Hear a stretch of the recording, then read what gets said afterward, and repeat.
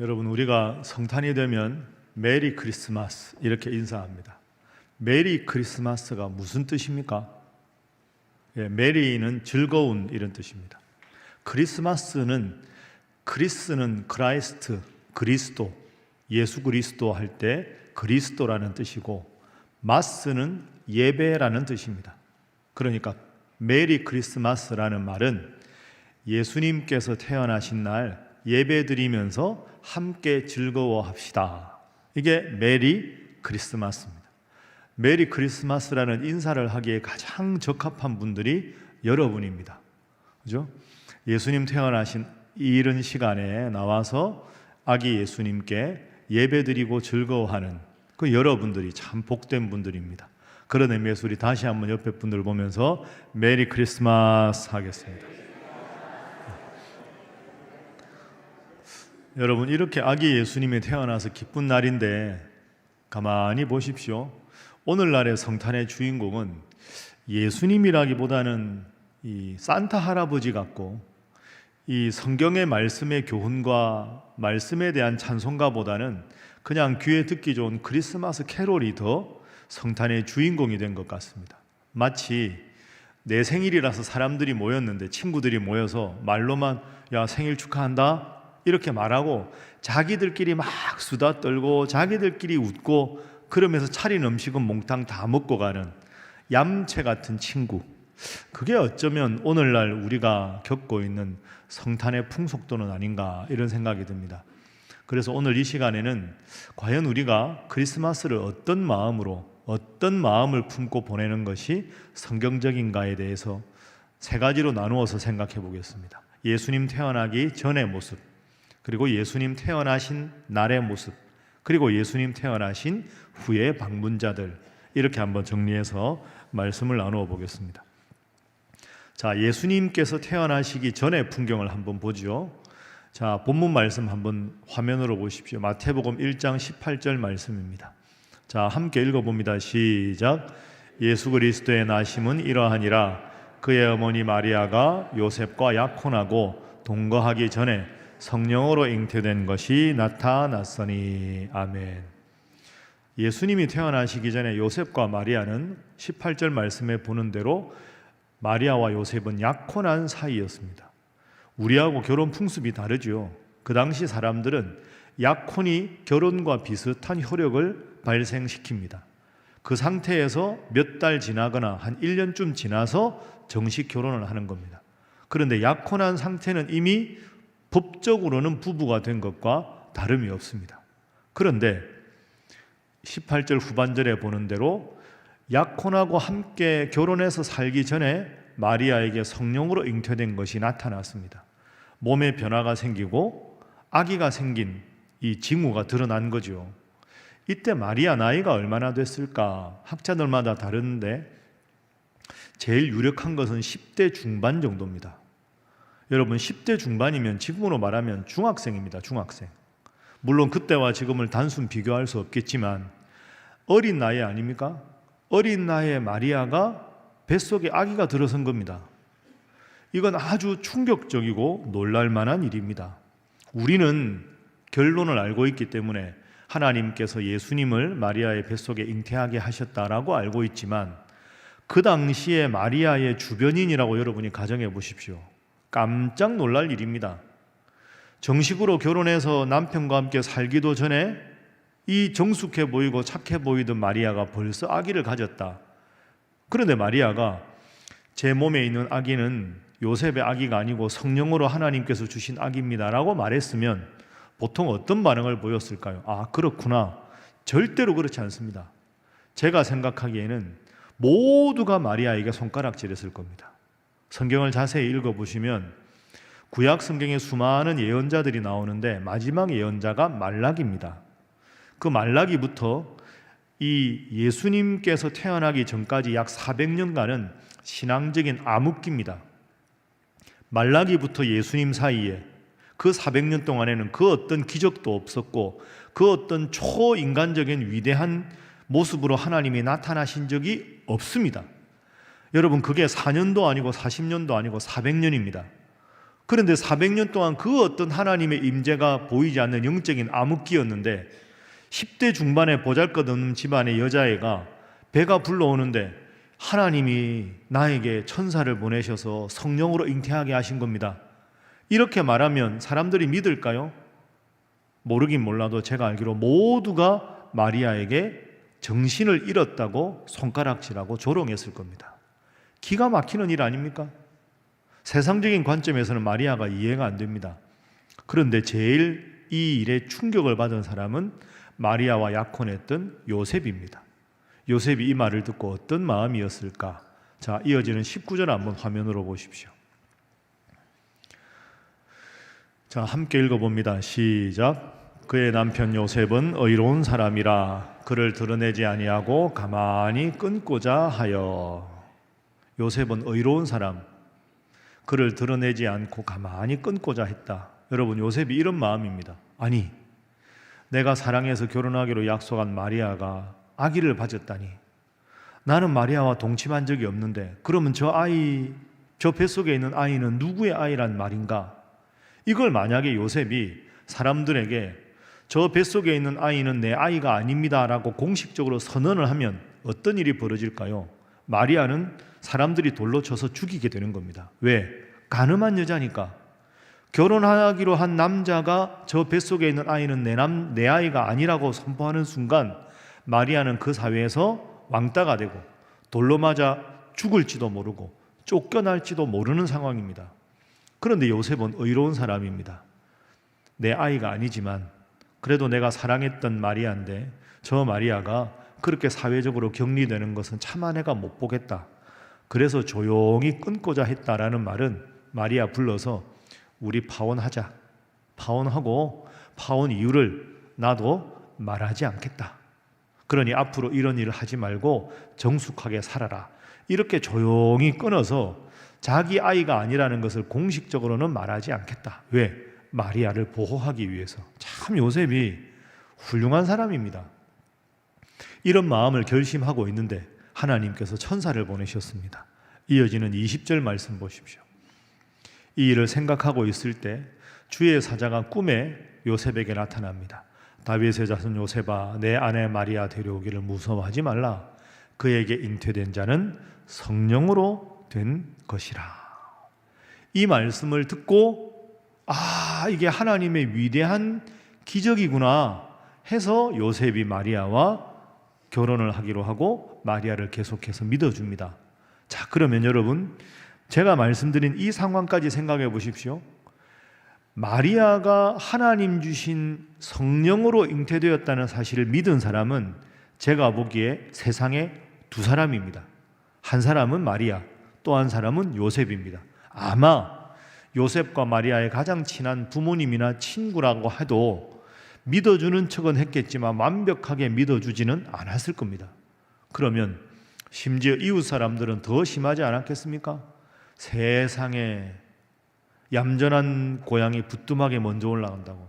마리아가 저럴 줄 몰랐다. 어머, 쟤가 그런 애야? 온갖 소문이 났을 겁니다.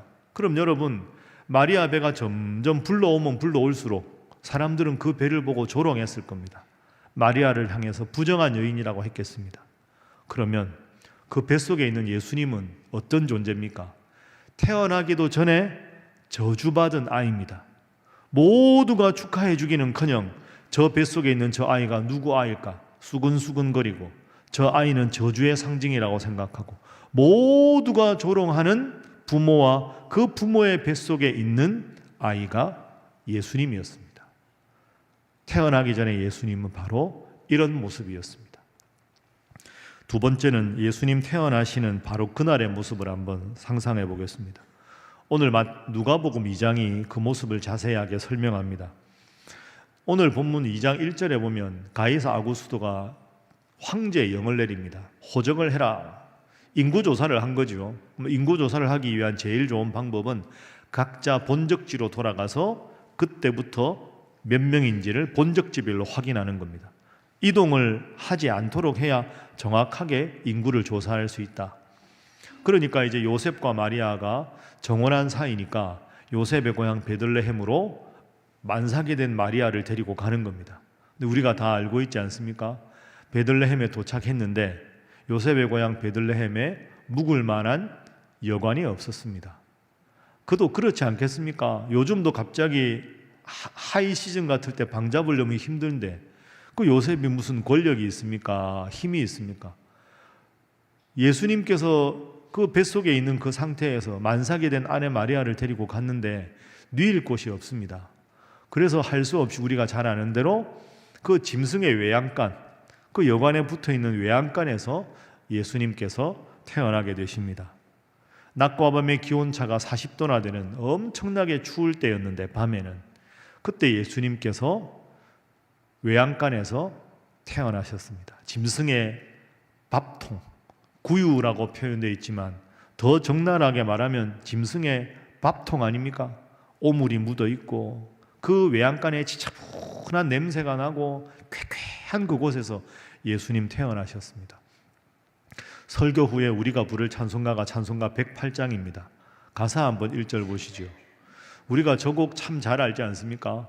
곡조가 낭만적이죠. 그 어린 주 예수 늘 자리 없어. 참 곡은 낭만적인데요. 여러분 저 가사를 보십시오. 기가 막힙니다. 그 어린 주 예수님이 태어나셨는데 세상에 그 누울 만한 그 작은 자리가 없습니다.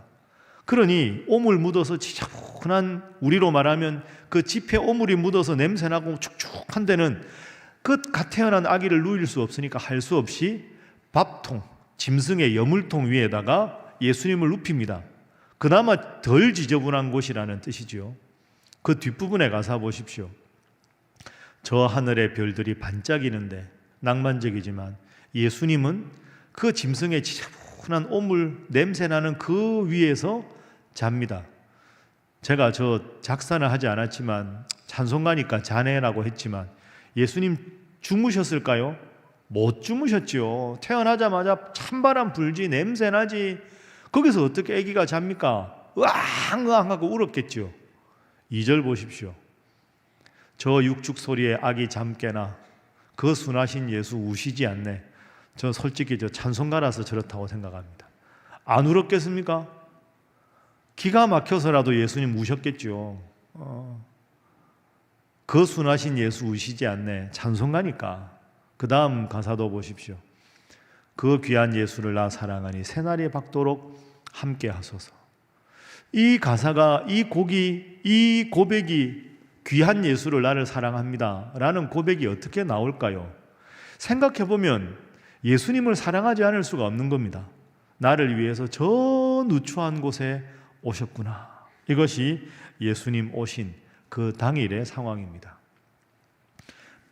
짐승의 여물통 위에 누워있는데 춥고 바람 불고 하니까 막 우셨겠지요. 성경에 보십시오. 강보로 싸서 구유에 누웠다. 강보가 뭡니까?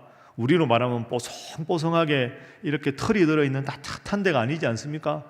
두툼한 천으로 둘둘 만 게 강보입니다. 날씨는 춥고 바람은 불지 그냥 이렇게 두툼한 천으로 그냥 몸만 가려놓은 겁니다.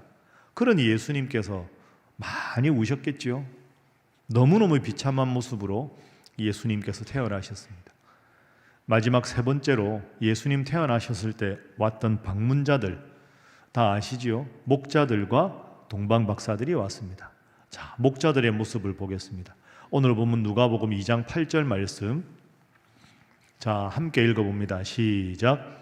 그 지역의 목자들이 밤에 밖에서 자기 양떼를 지키더니, 아멘. 밤에 밖에서 자기 양떼를 지키다가 호련히 천군과 천사가 노래하면서 아기 예수님 태어나셨다. 그래서 목자들이 예수님을 가서 방문합니다. 여러분, 목자들은 어떤 사람들입니까? 그 당시에 그 수많은 직업 중에서 제일 천하다고 인정받던 직업이 목자입니다. 우리는 그쪽과는 다르죠. 거기는 유목을 합니다. 방목을 하죠. 목초지가 별로 없는 곳이니까 양 수백 마리를 끌고 목초지가 있으면 목초지에 가서 그 목초지를 다 뜯어먹고 또 그 목초지 다 뜯어먹으면 또 옆에 목초지로 가서, 그래서 한번 목자가 양떼를 데리고 가면 짧게는 몇 주, 길게는 날씨 좋으면 몇 달 동안 그냥 목초지에서 있다가 돌아와서 정리하고 또 갑니다. 그러면 문제는 목자들입니다. 목자들은 늘 낮이고 밤이고 몇 주간, 몇 달간 양떼들과 함께 있습니다. 그럼 잘 때 어떻게 잘까요? 우리가 영화 같은 거 보면 알지만 겉옷이 두툼합니다. 그럼 그 겉옷 벗어서 그냥 바닥에 깔고 거기서 자는 겁니다.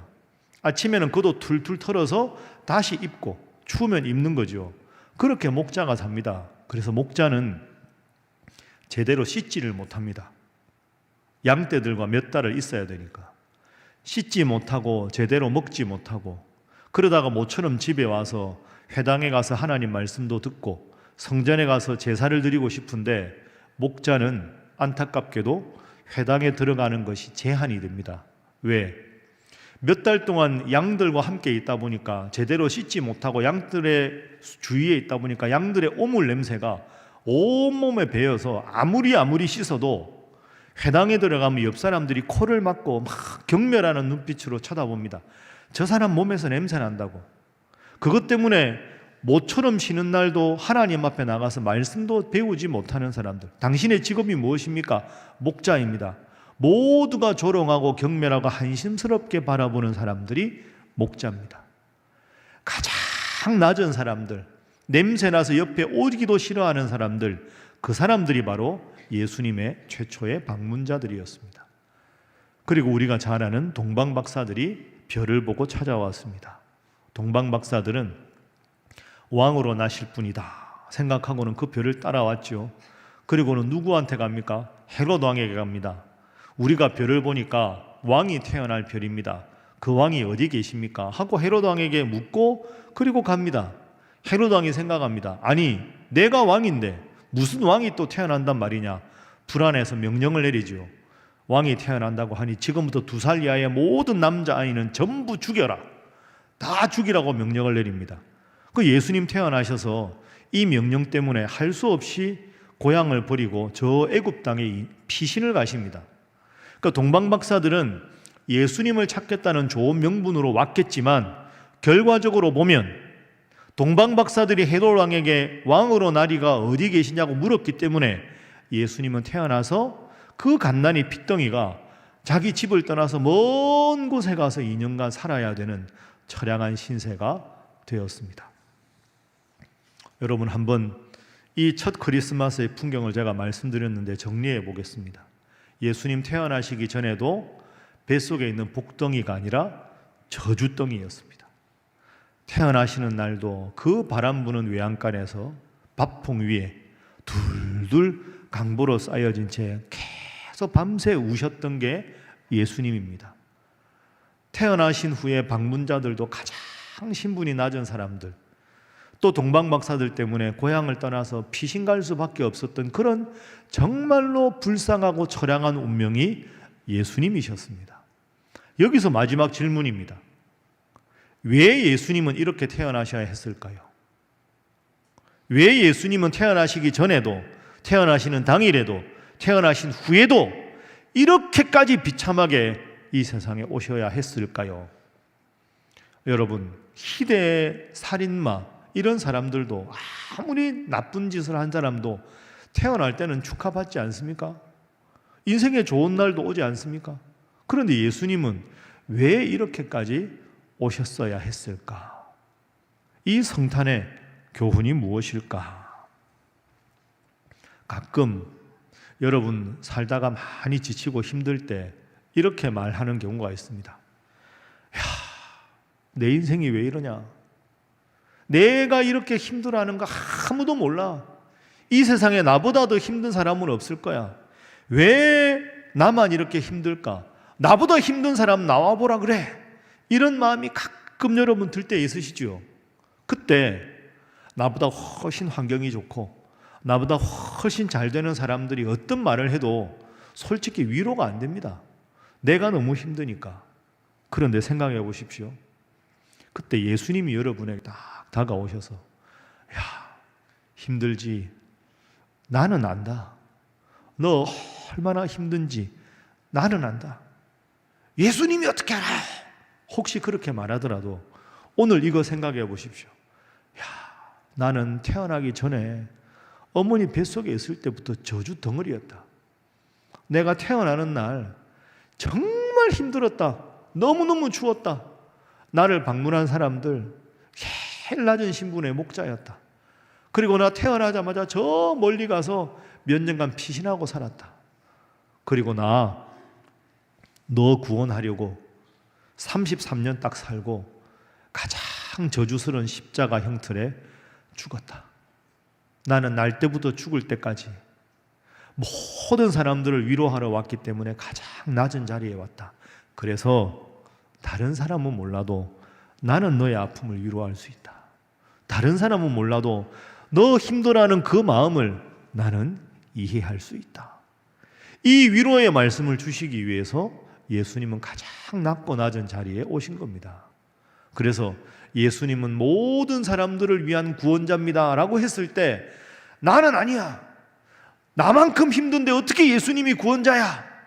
라고 말할 수 있는 사람이 단 한 사람도 없도록 가장 낮고 낮은 자리에 예수님이 오셨습니다.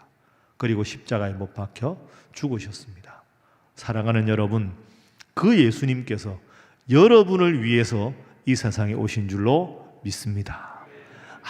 아무도 내 마음 몰라줘서 답답하고 힘들 때에도 아니야, 나는 알아, 나는 너를 사랑해 하는 그 예수님의 말씀에 위로받고 은혜받는 여러분 모두가 되시기를 주님 이름으로 축복합니다.